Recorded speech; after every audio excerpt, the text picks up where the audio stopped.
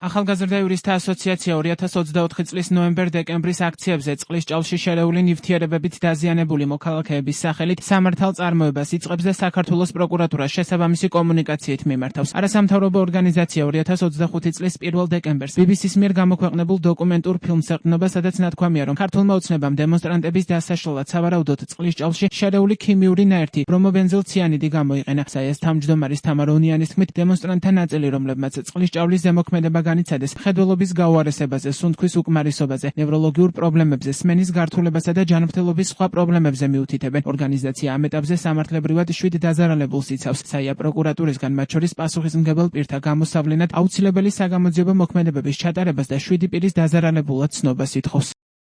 ჩვენ კომუნიკაციით გენერალურ პროკურატურას მივმართავთ და ვითხოვთ გამოძიების შესახებ სრულ ინფორმაციას, დაზარალებული პირების გამოკითხვების ჩატარებას, წყლის ჭაობში ქიმიური ნივთიერების შერევის პრაქტიკის შეფასებას შესაძლო სისხლის სამართლებრივ დანაშაულებთან მიმართებით, პასუხისმგებელ პირთა იდენტიფიცირებას და ასევე იმ 7 პირის დაზარალებულად ცნობას, რომელთა ინტერესებსაც ჩვენ წარმოვადგენთ. BBC-ს საგამოძიებო ფილმი 2025 წლის 1 დეკემბერს გამოქვეყნდა. მაშინ ნათქვამია, რომ გასული წლის ნოემბერ-დეკემბრის დარბევების დროს ქართულმა ოცნებამ მომიტინგეების წინააღმდეგ სავარაუდოდ პირველი მსოფლიო ომის დროინდელი ქიმიური ნივთიერება ბრომობენზილის ციანიდი, იგივე კამიტი გამოიყენა. საგამოძიებო ფილმის გამოქვეყნების შემდეგ სახელმწიფო უსაფრთხოების სამსახურმა გამოძიება სამსახურებრივი უფლებამოსილების გადამეტებისა და უცხოეთის ორგანიზაციისთვის მტრულ საქმიანობაში დახმარების მუხლებით დაიწყო. რამდენიმე დღიანი გამოძიების შემდეგ უწყებამ განაცხადა, რომ კამიტი შინაგან საქმეთა სამინისტროს არასდროს შეუძენია. აგრეთვე სუსი ამტკიცებდა, რომ 2024 წლის დეკემბრის პირველ რიცხვებში, კერძოდ 4-5 დეკემბრის ღამით, მასების მართვისათვის გამოყენებული იქნა ნივთიერება ქლორობენზილიდინ მალონონიტრილი, რომლის გამხსნელადაც გამოიყენეს ნივთიერება პროპილენ გლიკოლის ხსნარი. მათივე თქმით, ეს ნივთიერებები უსაფრთხოა. 2026 წლის 15 იანვარს შალვა პაპუაშვილმა განაცხადა, რომ ბრიტანულ საზოგადოებრივ მაუწყებელს BBC-ს უშივლეს და მათგან დოკუმენტური ფილმის წაშლა და საჯარო ბოდიში მოითხოვეს. მოთხოვნა BBC-მ არ დააკმაყოფილა.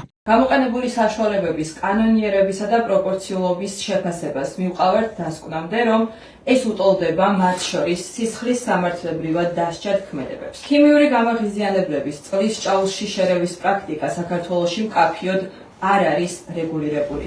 პოლიციის შესახებ კანონი და შინაგან საქმეთა სამინისტროს ინსტრუქციები არ შეიცავს ნორმებს, რომლებიც დაასაბუთებდა ასეთ გამოყენებას. მაშინ, როდესაც 2015 წლის ნომერ 1002 ბრძანების ძველი რედაქციიდან ამოღებულია წყლის ჭავლის, რეზინის ტყუებისა და ცნაუცადენი გაზის ერთდროული გამოყენების პირდაპირი აკრძალვა. საიას შეფასებით, სახელმწიფო უსაფრთხოების სამსახურის მიერ წარმოებული გამოძიება ვერ აკმაყოფილებს ეფექტიანი და დამოუკიდებელი გამოძიების კონვენციურ სტანდარტს, რადგან ერთი და იგივე ორგანო პარალელურად იძიებს როგორც შესაძლო უფლებადარღვევას, სპეციალური საშუალებების უკანონო არაპროპორციულ გამოყენებას, ისე თავადვე აყენებს ამ უფლებადარღვევის არსებობას ეჭვის ქვეშ.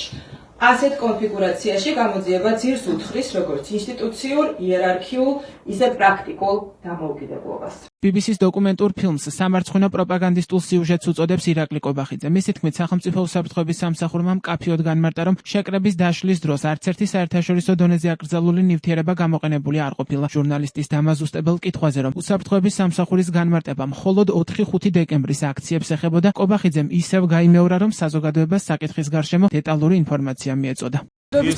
საზოგადოებისთვის არ არის ცნობილი ინფორმაცია ნივთიერების შესახებ, ეს არის ტყუილი, იმიტომ რომ სახელმწიფო უსაფრთხოების სამსახურმა ჩაატარა ბრიფინგი და დეტალურად გააცნო ეს ინფორმაცია საზოგადოებას. არ გაუცნია ბატონო ირაკლი. 4-5 დეკემბერზე იყო საუბარი მხოლოდ. სახელმწიფო უსაფრთხოების სამსახურმა წარუდგინა შესაბამისი ინფორმაცია საზოგადოებას. ეს ერთი. მეორე, ცრემლდენი საშუალებების გამოყენება, ეს არის მიღებული საერთაშორისო პრაქტიკა. რომელ ქვეყანაში? მიღებული საერთაშორისო პრაქტიკა ძალიან ბევრ ქვეყანაში, ძალიან ბევრ დემოკრატიულ ქვეყანაში, ევროპის ქვეყნებში არის მიღებული პრაქტიკა. დანარჩენი ქვეყნების მიხედვით ასევე შეგვიძლია წარმოგიდგენოთ ინფორმაცია, მაგრამ ცრემლდენი გაზის გამოყენება ეს არის საერთაშორისოდ მიღებული პრაქტიკა. რა ნივთი, მათ შორის ტრიქლორეთილენზეც არის კითხვა, რაც BBC-ს სიუჟეტშიც გავრცელდა და კითხვები არსებობს ამის შესახებ. შემრევად იყო თუ არა გამოყენებული ნეიროტოქსიური ნივთიერება ტრიქლორეთილენი, ბატონო ირაკლი. ამის შესახებ ჩვენ არ გვაქვს პასუხები. ყველაფერთან დაკავშირებით სახელმწიფო უსაფრთხოების სამსახურმა გავრცელა ინფორმაცია და რაც მთავარია, ძალიან მკაფიოდ ითქვა, რომ არც ერთი აკრძალული ნივთიერება საერთაშორისო დონეზე არსებული არც ერთი ნივთიერება არ ყოფილა გამოყენებული შეკრების დაშლის დროს. საქართველოს ახალგაზრდა იურისტთა ასოციაციის განცხადებით ორგანიზაცია ამ საკითხზე როგორც ადგილობრივ, ისე საერთაშორისო დონეზე სამართლებრივ ადვოკატირებას განაგრძობს.